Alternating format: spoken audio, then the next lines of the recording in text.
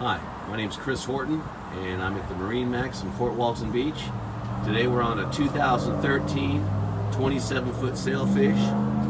It has a Garmin GPS 7212 combination chart plotter GPS fish finder, digital gauges, trim tabs with trim tab indicators, a windlass anchor, tilt steering.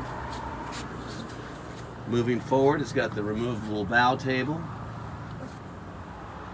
plenty of storage underneath of the cushions for fish, a cooler right in front of the console, has a Jensen stereo,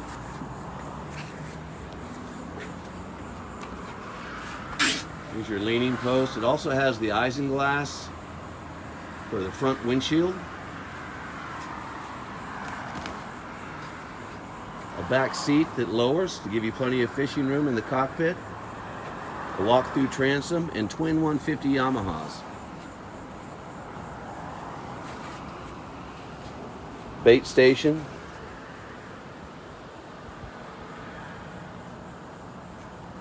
If you've got any more questions, you can reach us at 850-760-0300.